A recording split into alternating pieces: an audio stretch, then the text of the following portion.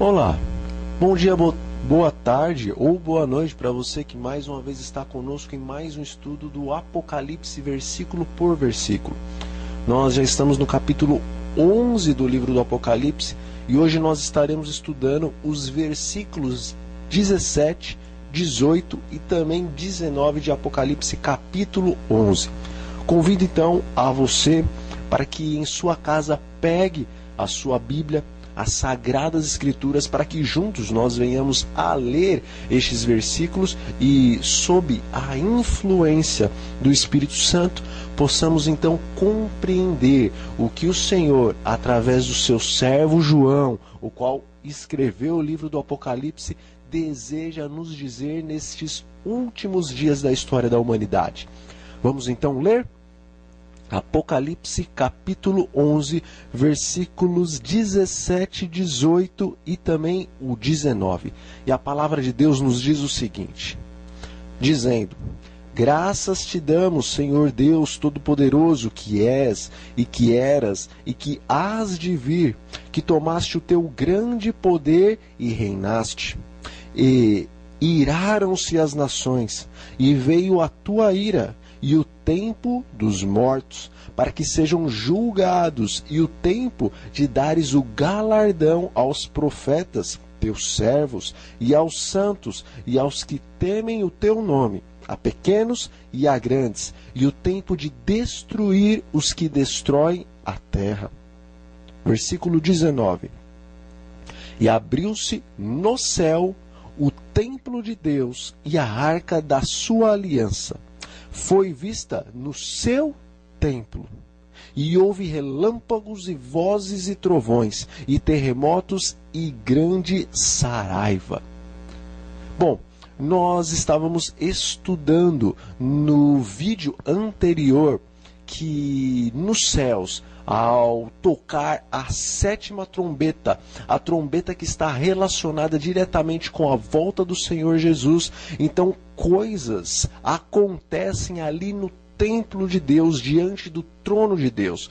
Nós vemos que estas palavras aqui, que acabamos de ler no versículo 17, também no versículo 18, estão relacionadas aos 24 anciãos, os quais circundam ali o trono de Deus, os quais estão sentados em outros 24 tronos. Temos estudado que esses 24 anciãos, na verdade, são homens, primícias do Senhor Deus e do Senhor Jesus Cristo, homens os quais, quando o Senhor Jesus ressuscitou, e de acordo com o que diz a palavra de Deus, outros homens santos também com ele ressuscitaram. Estes 24 anciãos, nós chegamos à conclusão de que são alguns destes homens, que a palavra de Deus diz que foram muitos santos, que com Cristo ressuscitaram, que entraram ali em Jerusalém, Jerusalém terrestre, para que naquela época testemunhassem para as pessoas que viviam no tempo de Cristo, testemunhasse de que Cristo realmente era o Messias e que havia sido morto como Cordeiro de Deus para tirar, para remir os pecados de Israel, para remir os pecados do mundo, e que todo aquele que nele cresce haveria de ser salvo pelo seu sangue, pelo sacrifício o qual ele havia feito pela humanidade. Nós vemos então que quando Cristo ressuscitou, estes santos homens, os quais haviam no passado morrido, embora a Bíblia não diga quem são estes homens, estas mulheres, estes santos, os quais ressuscitaram com Cristo, mas nós cremos que foram homens como os antigos profetas, homens que talvez não estão com os seus nomes ou com suas histórias registradas nos livros da Bíblia, mas que foram em seus corações sinceros, em sua vida devocional, em sua vida espiritual para com o Senhor Deus. Agora então, no momento da ressurreição de Cristo, essas pessoas voltam à vida para que sejam primícias de Deus, primícias dos mortos, porque nós sabemos que haverá duas grandes ressurreições. Haverão duas grandes ressurreições com relação aos mortos. tanto os que morreram em Cristo, como os que não morreram em Cristo. Mas nós sabemos que também haverá um povo, haverá um grande povo, de acordo com o que nós vemos no livro do Apocalipse, que estarão vivos no momento em que o Senhor Jesus voltar a esta terra. Nós vemos na palavra de Deus, nas profecias do Senhor, que este povo que estiver vivo quando o Senhor Jesus voltar, todos os que estiverem vivos e tiverem entregado as suas vidas ao Senhor Jesus, a palavra de Deus nos mostra que este povo será primícia, ou serão primícias para o Senhor Deus o Pai e para o Senhor Jesus Cristo. Então, este povo dos últimos dias, o qual estará vivo por ocasião da vinda de Cristo, nós vemos que são primícias, ou seja, pessoas especiais. Primeiros é o que a palavra primícias quer dizer, serão primeiros e especiais para Deus e para Cristo.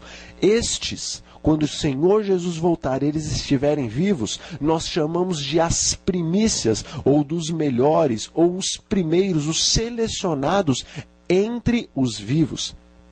Todavia, o Senhor Deus também ressuscitará mortos, todos os mortos que creram em Cristo, todos os mortos que um dia creram que haveria de vir o Messias e que o sangue do Messias verdadeiramente estaria salvando-os para a eternidade.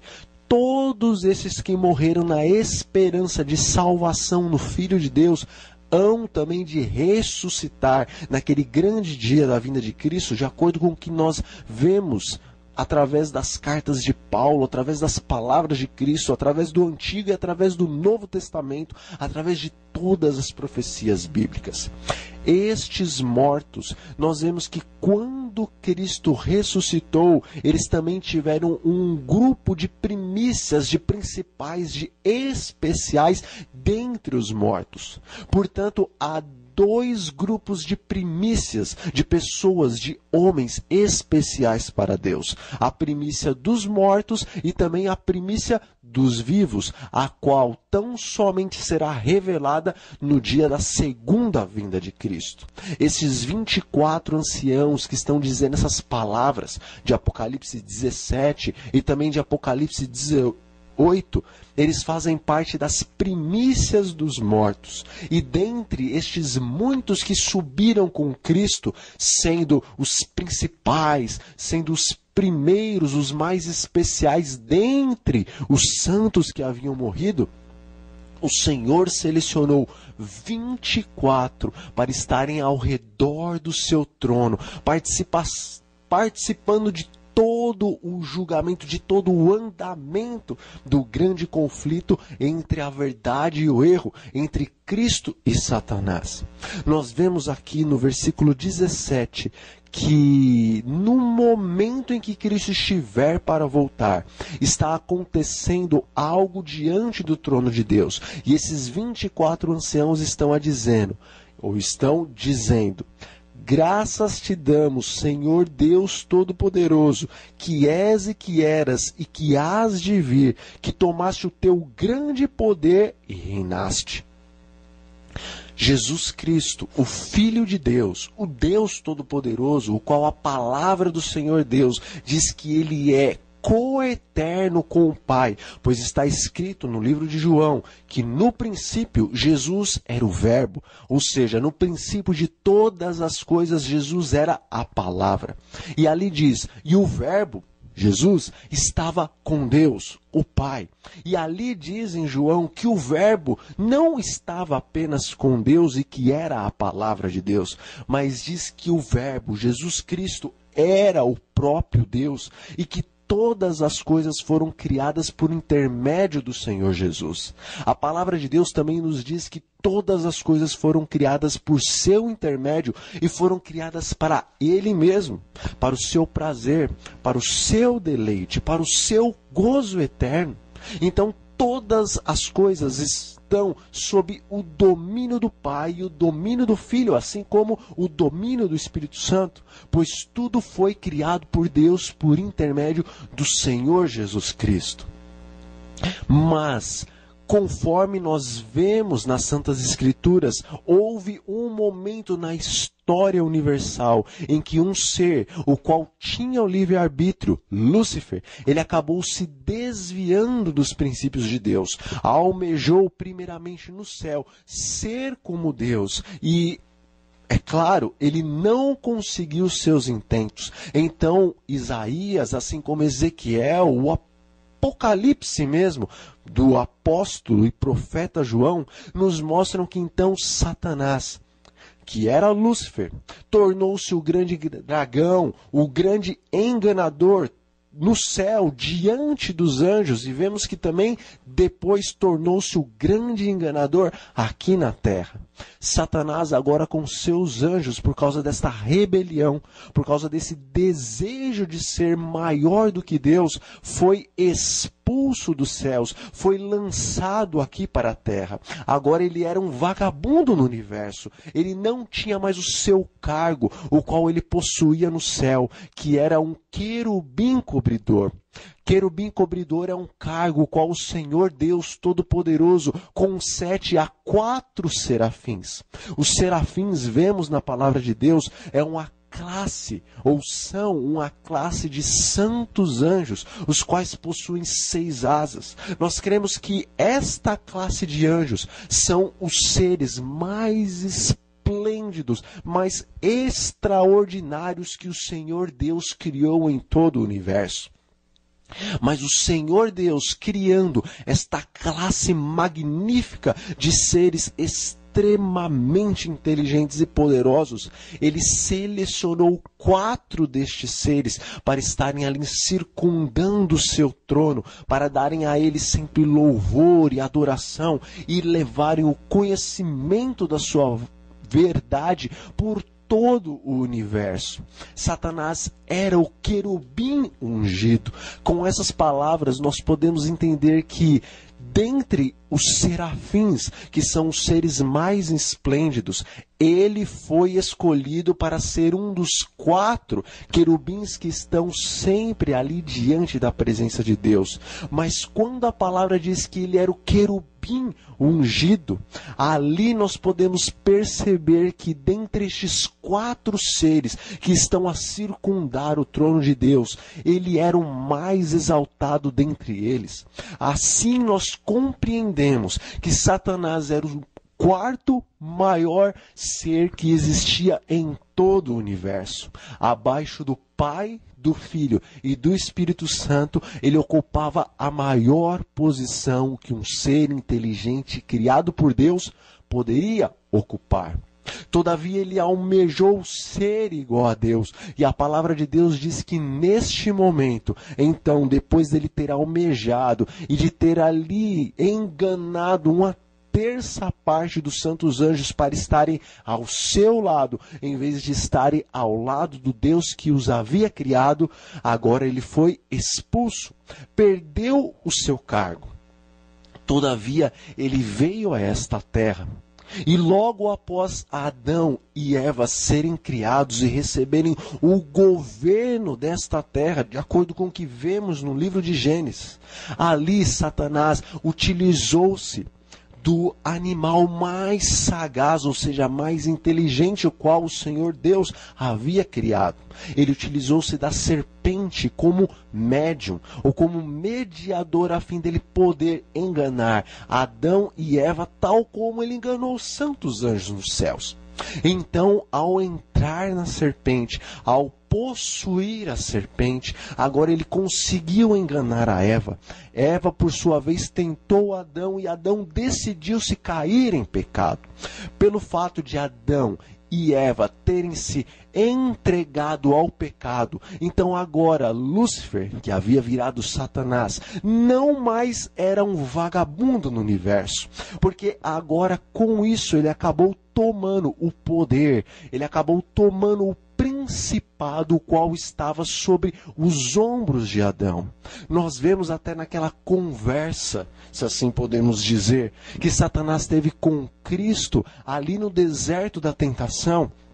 Satanás diz que todos os reinos do mundo lhe foram entregues. E na verdade o próprio Jesus, em suas palavras, confirma que aí vem o príncipe deste mundo e nada ele tem em mim.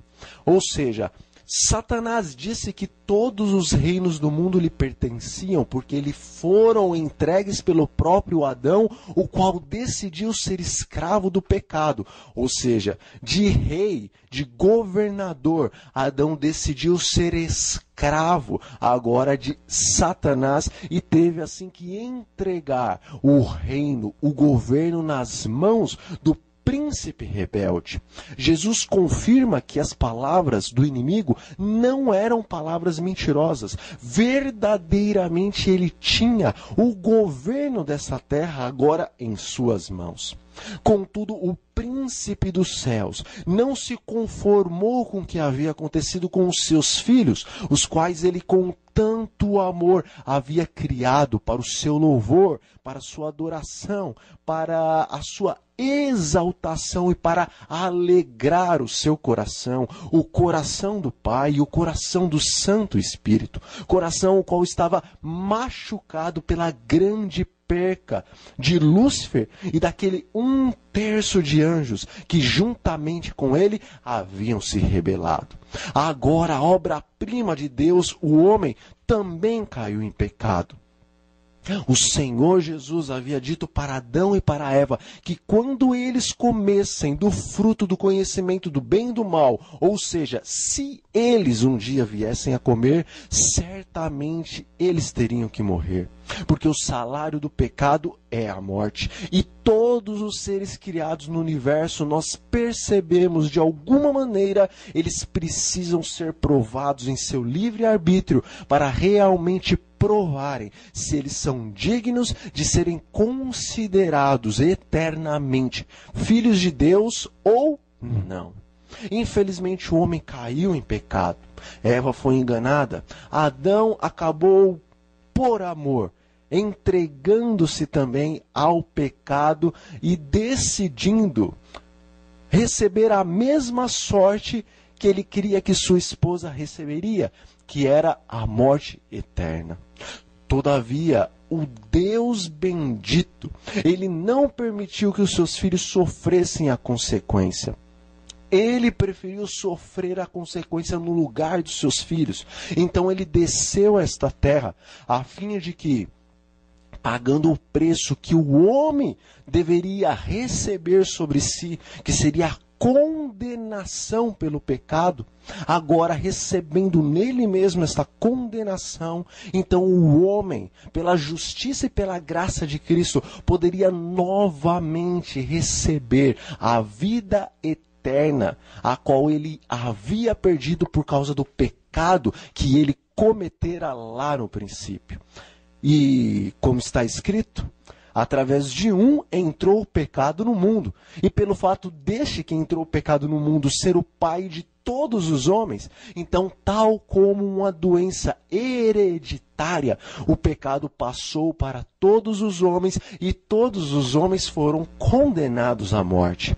Todavia, também está escrito nas Sagradas Escrituras, tal como por um homem entrou o pecado no mundo e através do pecado a morte passou para todos os homens, também, através de um homem, Jesus Cristo, veio a salvação, veio a justiça para todos os homens. Então, com um único ato de justiça, morrer em prol de todos os pecadores. Assim, agora todos aqueles que creem no Senhor Jesus, eles não hão de perecer eternamente, porque está escrito que se cremos no Senhor Jesus Cristo, no último dia, Ele há de nos ressuscitar. Isto, se você e eu não fizermos parte daqueles que não haverão de morrer. Porque o próprio apóstolo Paulo, ele nos conta um segredo.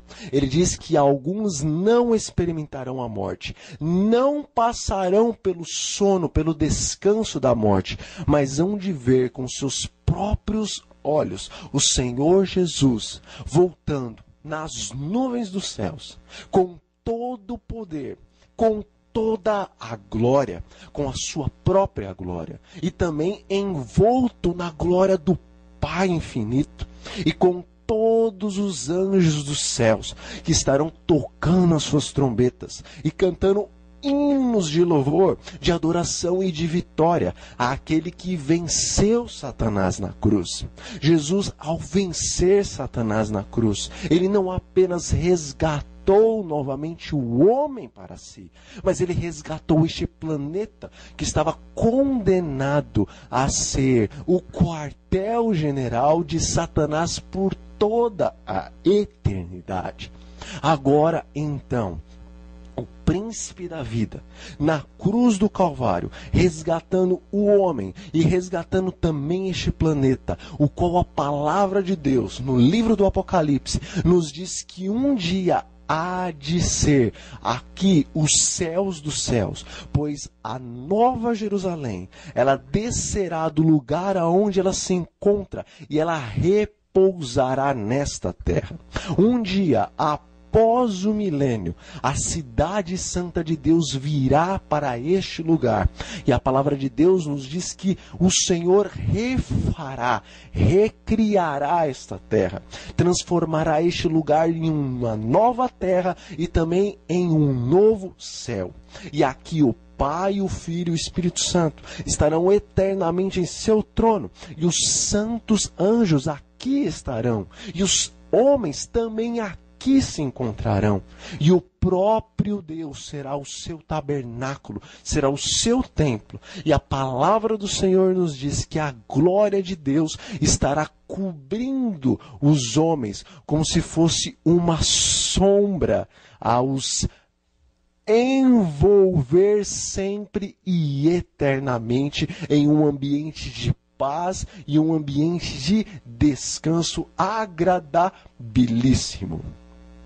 Veja que o grande rei do universo, ele resgatou o reino dessa terra na cruz do Calvário. Todavia, mesmo após haver resgatado o governo desta terra, não foi naquele momento que o Senhor passou a reinar. O Criador de todas as coisas, o Criador do céu, da terra, do mar e das fontes das águas, como nós vemos em Êxodo, no capítulo 20, versículos 8 a 11, no mandamento, no quarto mandamento que nos fala a respeito do sábado. O grande Criador, ainda que havia cumprido a sua missão, ainda não havia passado a reinar neste planeta. Aqui nós vemos que um pouquinho antes da vinda do Senhor Jesus, da segunda vinda do Senhor Jesus, os 24 anciãos, os homens que estão na presença de Deus, ansiosos para ver o grande conflito terminar, estes agora prestam um louvor, prostram-se diante do príncipe da vida, aclamam o rei do universo, porque agora, no momento de sua segunda vinda, então ele passará a reinar e passará a ser novamente o governante entre todos os homens, os quais estavam presos no cativeiro de Satanás, os quais estavam presos no cativeiro da morte. Vemos no versículo 18 que as palavras que se seguem são estas: e iraram-se as nações, e veio a tua ira, e o tempo de julgar os mortos, para que sejam então julgados, e o tempo de dar o quê? O galardão aos profetas, os teus servos, e aos santos, e aos que temem o teu nome, e a pequenos e a grandes, e o tempo de destruir os que destroem a terra. Chegou o tempo em que as nações hão de se irar. Em Apocalipse, no capítulo 18, nós vemos que chegará um momento em que Deus há de destruir aqueles que destroem a terra. Nós vemos no livro do Apocalipse que um pouco antes do grande dia do Armagedon, Satanás, ele há de reunir os demais poderes que estão hoje trabalhando em seu favor, que é o poder da besta e o poder do falso profeta. Ele há de reunir os reis da terra sob a sua bandeira de um falso cristianismo. Então, a besta, o falso profeta e o dragão, que é Satanás, na pessoa ou na corporação do espiritismo e do espiritualismo, que é a religião que existe desde o Éden, ou seja, desde quando Satanás usou-se ou utilizou-se da serpente para fazê-la de médium. Agora, então, o dragão, ou o espiritismo, ou Satanás, ele une e reúne a primeira besta e também o falso profeta e sai agora a realizar obras maravilhosas diante dos governantes da terra. A palavra de Deus no livro da profecia nos diz que os governantes da terra aceitarão então estes milagres como sendo milagres do próprio Deus e vão se reunir à besta, ao dragão e ao falso profeta. Sendo que os líderes, os governantes da terra se unem com estes três poderes. Todos os homens, ou a maioria dos homens que existem sobre a terra, hão também de reunir-se para guerrear contra o próprio Deus naquele grande dia, o dia da segunda vinda de Cristo. A palavra de Deus nos diz então que este dia, ou esta grande batalha, a última grande batalha entre a verdade e o erro, se chama a Batalha do Armagedon. Muitas pessoas creem que a Batalha do Armagedon será em um lugar específico, ali próximo a Jerusalém. Na verdade, a grande Batalha do Armagedon, ela utiliza-se deste lugar, o qual a palavra de Deus nos apresenta no Antigo Testamento, ela utiliza-se desta cena, porque neste lugar, este vale, o qual nós, na palavra de Deus, aqui no Apocalipse, vemos que recebe agora o nome de Armagedon, ou do conflito do Armagedon. Este lugar, ele servia como uma espécie de lixão, e ali o fogo sempre estava a queimar e a consumir todo o lixo que ali era jogado. Foi também no passado um palco para muitas e muitas guerras e para muitos e muitos conflitos.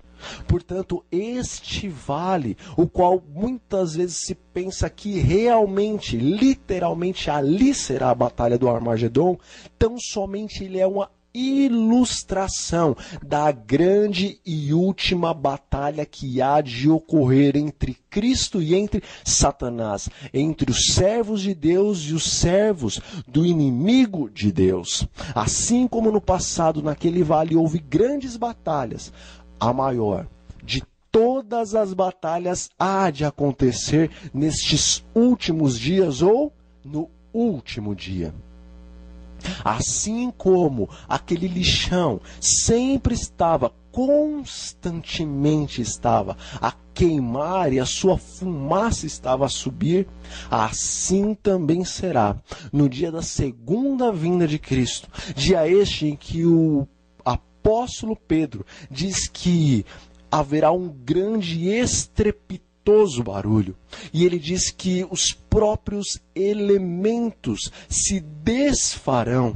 A terra e os elementos estarão pegando fogo neste dia. Todas as obras do homem hão de vir por terra, pois o Filho do Homem há de manifestar-se em toda a sua ira para destruir aqueles que destroem a terra. Chegou a hora de julgar os mortos. É chegado o tempo de iniciar-se o julgamento de todos os ímpios. Nós vemos na palavra de Deus quer no livro de Daniel, quer no livro de Apocalipse, em outros lugares da Bíblia, que o juízo do Senhor Deus, ele acontece em etapas, ele tem fases. Primeiramente, Pedro nos diz que o juízo começa pela casa de Deus. E nós vemos que quando o Senhor Jesus vem pela segunda vinda, ou pela segunda vez a esta terra, ele vem para dar o galardão aos santos. Ou seja, um pré-juízo, já antes mesmo do Senhor Jesus vir para dar o veredito ou o galardão aos seus santos, já fora ou já está sendo estabelecido nos céus.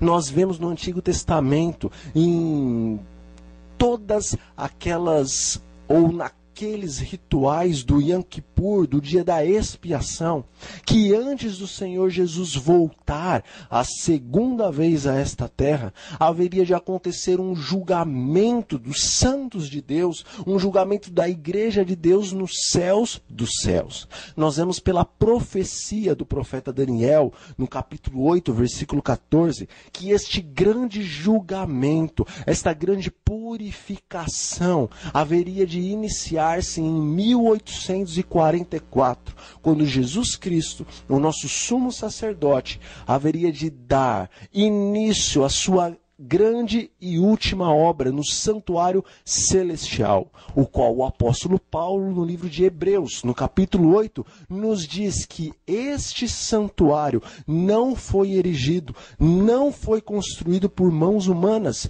tal como o santuário que existia na terra e o tabernáculo que existiu no tempo de Moisés. Este santuário, o qual o Senhor Jesus é sumo sacerdote e ministra à direita do Senhor Deus Todo-Poderoso, foi erigido nos céus, existe no meio da cidade santa. A palavra de Deus nos mostra, então, que o Senhor Jesus, antes de voltar a esta terra, há de fazer uma grande e última obra de julgamento no santuário celestial. E vemos, e acabamos de dizer, que esta grande e última obra iniciou-se em 1844. Então esta é a primeira fase do juízo de Deus, a qual chamamos de juízo investigativo. Mas agora, quando o Senhor Jesus volta a esta terra, ele vem para dar a execução desse juízo investigativo. Ele vem para dar, então, o quê? O galardão a todos aqueles que creram em seu nome. Pois quando o Senhor Jesus voltar, ele haverá julgado os seus filhos, ele haverá confirmado a sua justiça sobre todos aqueles que creram nele, e os santos anjos dos céus, que estão, de acordo com o que vemos nas profecias, participando deste grande julgamento, eles hão de realmente concordar que Deus é justo e que todos os seus juízos são perfeitos. Então, em sua segunda vinda, ele dá agora o galardão aos justos e leva-os para o céu. Aqui já são duas fases do julgamento de Deus. Primeiramente, para os justos, o juízo investigativo e o juízo executivo.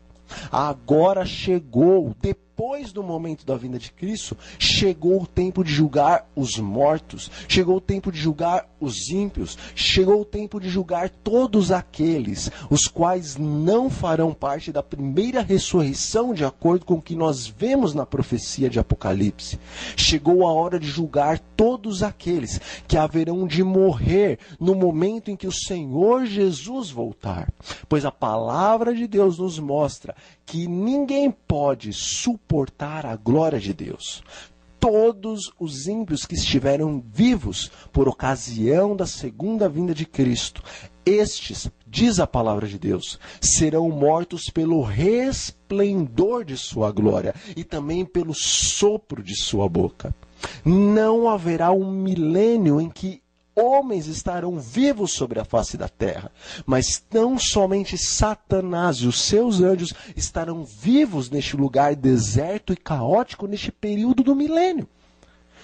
O milênio que inicia-se após a segunda vinda de Jesus e após o resgate dos santos para a cidade santa, este milênio é o tempo o qual a palavra de Deus no livro do Apocalipse, no capítulo 19, assim como no próprio capítulo 20, vemos que os santos de Deus estarão na presença de Deus. Serão também considerados como juízes ou participantes do juízo, pois estarão assentados em tronos e participarão do julgamento dos ímpios, do julgamento dos mortos, até mesmo, diz o apóstolo Paulo, os justos, os servos de Deus, que estarão nos céus no período do milênio, estarão participando do julgamento dos anjos. Participando do julgamento dos anjos que caíram em pecado e se tornaram demônios. Portanto, após esta gloriosa vinda de Cristo, inicia-se o julgamento dos mortos, o julgamento de todos os ímpios. Como lemos, não só o julgamento dos ímpios, mas o tempo de dar o galardão aos servos de Deus, os seus profetas, homens que morreram na esperança de ressuscitar dos seus túmulos. O próprio Jó, homem que tanto sofreu, mas que foi recompensado ainda nessa terra por Deus, ele disse que por mais que ele estava passando toda aquela dificuldade, e ele nem sequer entendia por que ele estava sofrendo tanto, ele disse que ele cria em Deus. E ele disse que um dia o Senhor haveria de ressuscitar. O Senhor haveria de surgir e de ressuscitá-lo, e ele haveria de ver ainda o Senhor com seus próprios olhos. Jó tinha a esperança da ressurreição no dia da vinda do Filho do Homem. Quantos profetas, Isaías, que morreu cerrado ao meio, morreu na esperança da segunda vinda de Jesus, dia este o qual ele haveria de receber um novo corpo, um corpo incorruptível e imortal, o qual o Senhor Jesus dará para os seus servos, os seus escolhidos. Jeremias, Daniel, o próprio Daniel, Jesus, quando estava dando as profecias para o seu servo Daniel, quando ele deu as últimas profecias, as profecias do capítulo 12 para o livro de Daniel, aquele homem muito amado por Deus, muito amado nos céus, o próprio anjo disse isso para Daniel. Ali, nos últimos versículos do capítulo 12 do livro de Daniel, nós vemos que este homem amado não compreendeu aquelas profecias, porque aquelas profecias são para você e são para mim, são para os últimos dias. E com todo amor, Jesus ali diz para o profeta: tu, Daniel, agora encerre o livro, cele-o, e não se incomode, não se preocupe tanto com as profecias, porque essas são para o tempo do fim. Você descansará e lá no final há de se levantar. O próprio profeta Daniel está aguardando, ele está descansando, repousando o sono da morte, aguardando o momento em que o Senhor Jesus há de ressuscitá-lo, há de despertá-lo do sono da morte, tal como ele despertou a Lázaro do sono da morte. E eu abro aqui um parênteses para dizer que a Bíblia considera, o Senhor Jesus considera a morte como um sono, pois quando Lázaro morreu, ele disse para os seus discípulos que Lázaro tão somente estava dormindo, estava repousando. Os discípulos não entenderam que Jesus estava falando a respeito do descanso, do sono, do repouso da morte. Então, por dizerem: ué, Senhor, então não precisamos ir até lá, porque se ele está repousando, se ele está dormindo, então ele está seguro. Jesus ali, ele revelou que Lázaro havia morrido, mas para Deus a morte é como um sono. E Jesus disse, mas nós vamos até lá porque eu vou despertá-lo. Haverá um dia em que os profetas de Deus, os quais deram poderosa mensagem para o povo de Deus e para outros povos, eles hão de ressuscitar. O Senhor haverá de dar a coroa da vida, a qual o justo juiz, diz o apóstolo Paulo, dará a todos aqueles que amam a sua vinda. Os santos de Deus. Quem são os santos de Deus? A palavra do Senhor não considera santo aquele que nunca pecou, não considera santo aquele que faz milagre, não considera santo as pessoas como hoje nós consideramos santos. A palavra de Deus considera santo todo aquele que decide ser separado para Deus, porque a palavra santo significa separado. O Senhor, lá na criação, antes que o pecado existisse, ele separou, ele santificou para ele o dia do sábado, o 7º dia da semana. Então, este dia, por mais que pareça como os demais dias da semana, e por mais que as pessoas hoje nem se importem com o mandamento a respeito deste dia, ainda assim, o Senhor disse que este 7º dia, ele é separado, ele é santo. Tudo que é separado por Deus é santificado para fins espirituais. Então, assim como o 7º dia da semana, o dia do sábado, sendo o selo de Deus, de acordo com o que diz Ezequiel no capítulo 20, versículos 12 e 20, sendo o selo de Deus, ele também é um dia separado, um dia santo, um dia que o Senhor Deus estabeleceu para a sua adoração, para o seu louvor, para a sua exaltação, tanto no céu como na terra, porque Ezequiel nos diz que no novo céu e na nova terra, toda a carne, todo ser vivente há de vir na presença de Deus para adorá-lo em qual dia?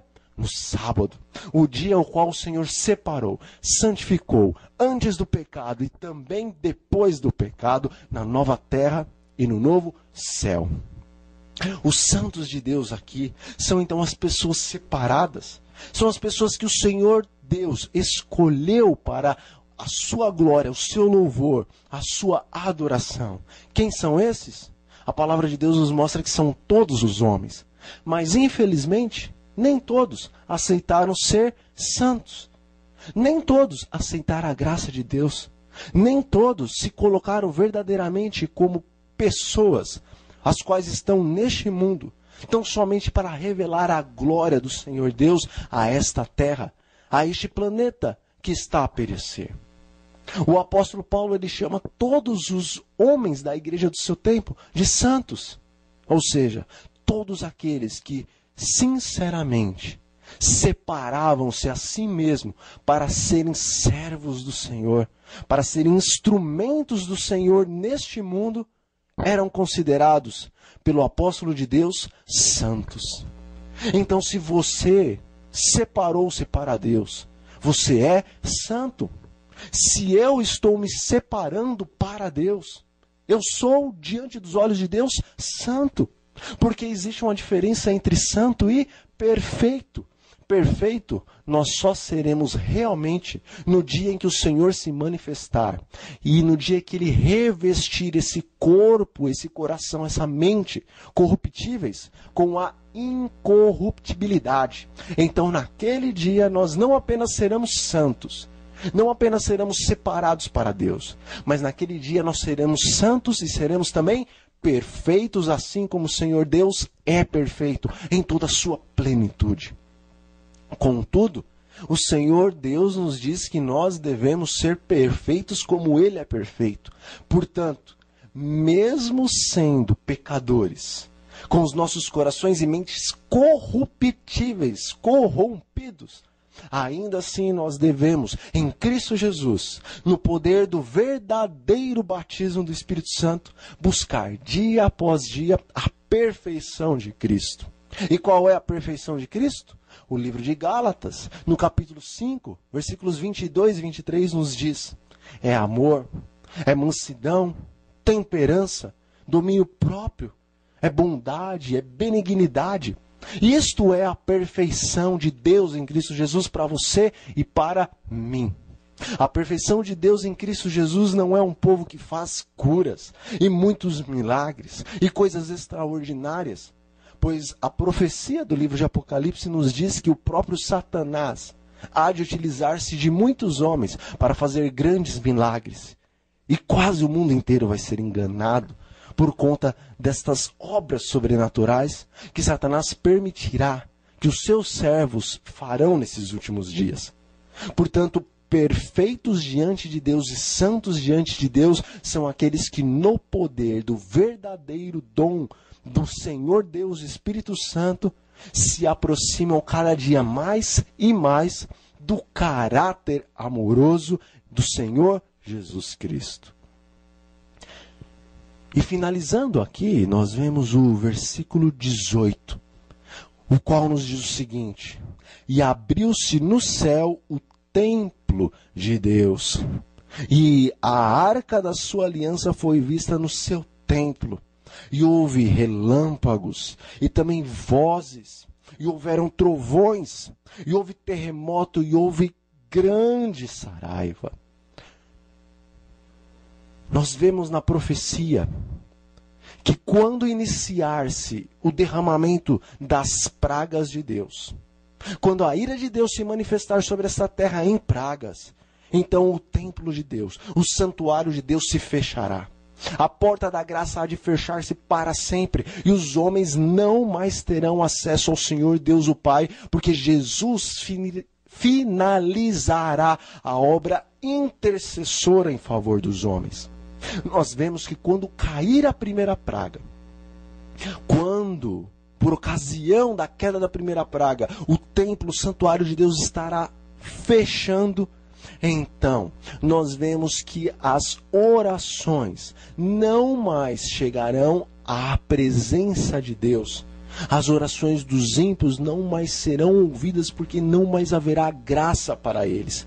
Nós vemos então que o templo do Senhor neste momento estará fechado e fumaça estará a encher o templo de Deus, porque chegou o momento de sua ira. E a ira de Deus se manifesta como fogo. Por isso que o templo se encheu de fumaça, porque a ira de Deus estava se consumindo neste período das 7ª últimas pragas. Então, até o final da última praga, o santuário de Deus estará fechado. Somente os justos terão acesso ao templo do Senhor, porque agora eles estão diante da presença do próprio Deus, o Pai, pois foram selados em Cristo Jesus por intermédio do Espírito Santo, o qual nos sela com o sábado do Senhor Deus e com toda a lei do Senhor Deus, segundo nós vemos no livro de Ezequiel e segundo nós vemos na profecia do livro do Apocalipse. Mas todos os ímpios não terão mais acesso ao Altíssimo neste período. Mas chegando a última praga, caindo sobre a terra a última e 7ª praga. Então, agora que a ira de Deus se consumiu, novamente o santuário do Senhor Deus é aberto. Não para que ele volte a escutar as orações dos ímpios, para que ele venha a perdoar os ímpios, porque o tempo da graça se finalizou. O santuário é aberto agora novamente para que então o Filho de Deus saia da presença do seu Pai e venha resgatar os seus escolhidos. Abriu-se o santuário, o templo de Deus que fica nos céus, e ali foi vista a arca da aliança. Veja que hoje o mundo religioso, ele coloca completamente de parte tudo o que está relacionado à arca da aliança, a qual continha a tábua dos 10 mandamentos. Aqui está falando do templo de Deus nos céus. E o que existe dentro do templo de Deus nos céus? Justamente a arca da aliança, a qual hoje todas as corporações religiosas ignoram a mesma.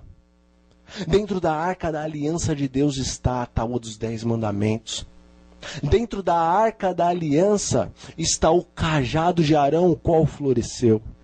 Dentro da arca da aliança está também a urna de ouro com o maná escondido.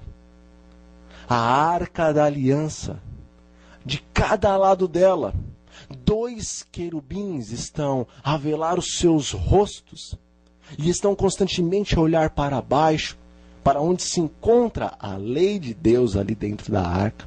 E a glória de Deus se revela entre os querubins. O tabernáculo que foi erigido nesta terra, o templo que foi erigido aqui pelos homens, diz a palavra de Deus que tão somente era uma sombra, uma cópia do que Deus havia mostrado para Moisés. O Senhor Deus sempre teve um templo nos céus. E ali no lugar santíssimo o Senhor Deus sempre se manifestou em seu trono. Mas quando o homem, por causa do pecado, se separou de Deus, ele não poderia ter mais acesso ao santuário, ao tabernáculo do Senhor, o qual fica nos céus. Então o Senhor fez uma cópia do templo do céu, aqui nesta terra. O lugar santíssimo nos céus é onde o Senhor Deus assenta-se em seu trono. O lugar santíssimo do tabernáculo e do templo aqui na terra era onde a glória de Deus se manifestava no Shekinah. O salmista, ele diz que o trono do Senhor Deus é estabelecido sobre justiça e sobre juízo. A justiça e o juízo existem porque existe lei. Sem lei não pode haver justiça e sem lei não pode haver juízo. A arca da aliança que havia no tabernáculo tão somente é um símbolo do trono do Senhor Deus que existe nos céus. Assim como dentro da arca da aliança havia as tábuas dos 10 mandamentos, o trono do Senhor Deus nos céus é estabelecido sobre a sua lei perfeita e eterna.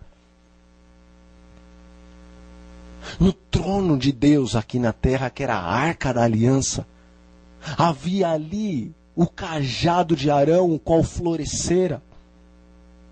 A palavra de Deus nos diz que a justiça e o amor, eles se encontraram e se beijaram.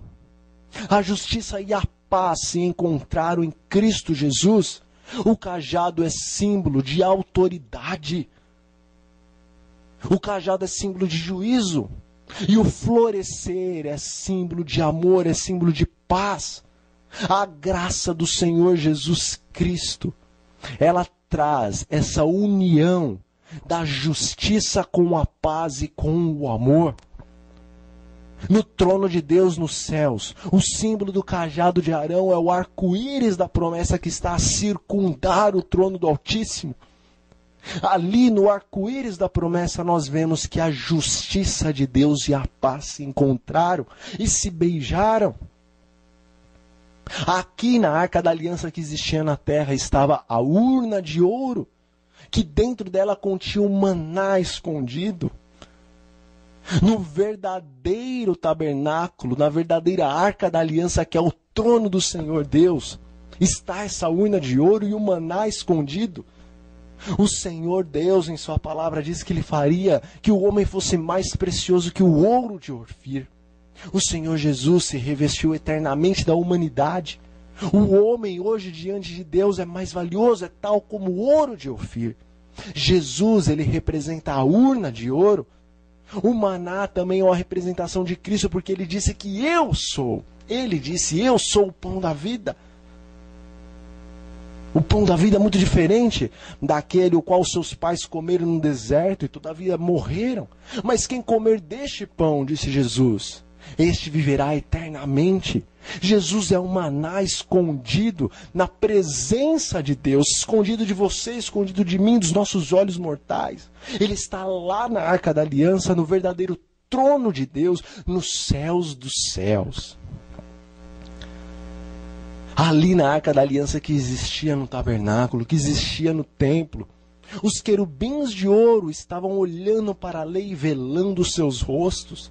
Nós vemos no livro do Apocalipse, nós vemos no livro de Isaías, que os santos serafins se encontram a circundar o trono de Deus e estão voando sempre ao redor do Senhor Deus, com seus rostos cobertos, com os seus pés cobertos, voando com duas asas e glorificando o nome de Deus, dizendo que Ele é santo, que Ele é santo e santo. A arca simboliza o trono do Altíssimo. O tabernáculo simboliza o templo de Deus nos céus. Neste último dia, antes da vinda de Cristo, há de abrir o templo de Deus nos céus, e a arca da aliança há de ser vista, o verdadeiro trono de Deus, a verdadeira arca de aliança, da aliança há de ser vista. A aliança de Deus com os homens é esta: bem-aventurado todo aquele que tem um coração puro, porque estes verão a Deus. Esta é a aliança de Deus com os homens homens hão de ver o Senhor Deus. Disse o Senhor Jesus que nós somos feitos para Deus, sacerdotes, para Deus e para Ele mesmo. Os sacerdotes ministram na presença do Senhor Deus.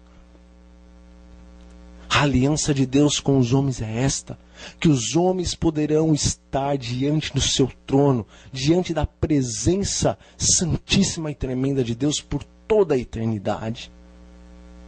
Foi vista a arca da aliança e houve relâmpagos.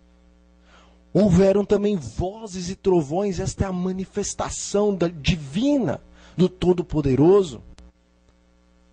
O relâmpago, ele é um símbolo da onipresença. Jesus mesmo disse que quando o Filho do Homem vier, a sua vinda será semelhante ao relâmpago, que sai do ocidente e mostra-se até o oriente, ou sai do oriente e mostra-se até o ocidente. Todos os homens em todos os continentes hão de ver o Senhor Jesus quando Ele se revelar nos céus dos céus. Como isso vai acontecer? Não sei. É um milagre. E milagres não se explicam. Milagres se aceitam. A voz do Senhor Jesus, de acordo com a profecia, é como a voz de muitas águas. Quando o Senhor se manifestar nesse último dia, em seu trono, Ele há de falar, e a sua fala é como também muitas vozes sendo ouvidas ao mesmo tempo. O Senhor Deus, nós vemos que tanto quando Ele deu a lei ali no Monte Sinai, nós vemos também que outras vezes, quando Ele dizia que Ele era o Senhor Deus e Jesus era o seu Filho amado, o qual nele o Senhor se comprazia, se alegrava. Vemos que pessoas que escutavam a voz de Deus confundiam a voz de Deus com a voz de um trovão. Ali, quando Ele deu a lei no Sinai, a palavra de Deus nos fala que o Senhor Jeová falava com o povo, falava com Moisés através do trovão. Essa é a manifestação do Senhor Deus. Mas também vai haver terremotos e grande saraiva. A verdade é que quando o Senhor Jesus entregou a sua vida, a palavra de Deus nos diz que houve um grande terremoto. Esse grande terremoto anunciava a vitória de Deus sobre a morte, sobre o pecado e sobre Satanás. Agora grandes terremotos acontecerão neste dia da segunda vinda do Senhor Jesus, anunciando a vitória plena sobre a morte, a vitória plena sobre Babilônia, sobre a besta, sobre o falso profeta, e a vitória definitiva sobre o dragão. Pois de uma vez por todas a cabeça da serpente há de ser esmagada no dia do segundo e glorioso retorno do Senhor Jesus Cristo. Mas haverão saraivas. A saraiva é símbolo de juízo. Embora seja um dia de vitória para os santos de Deus, será um dia de terrível destruição para os ímpios. Esse dia está chegando, ele se aproxima.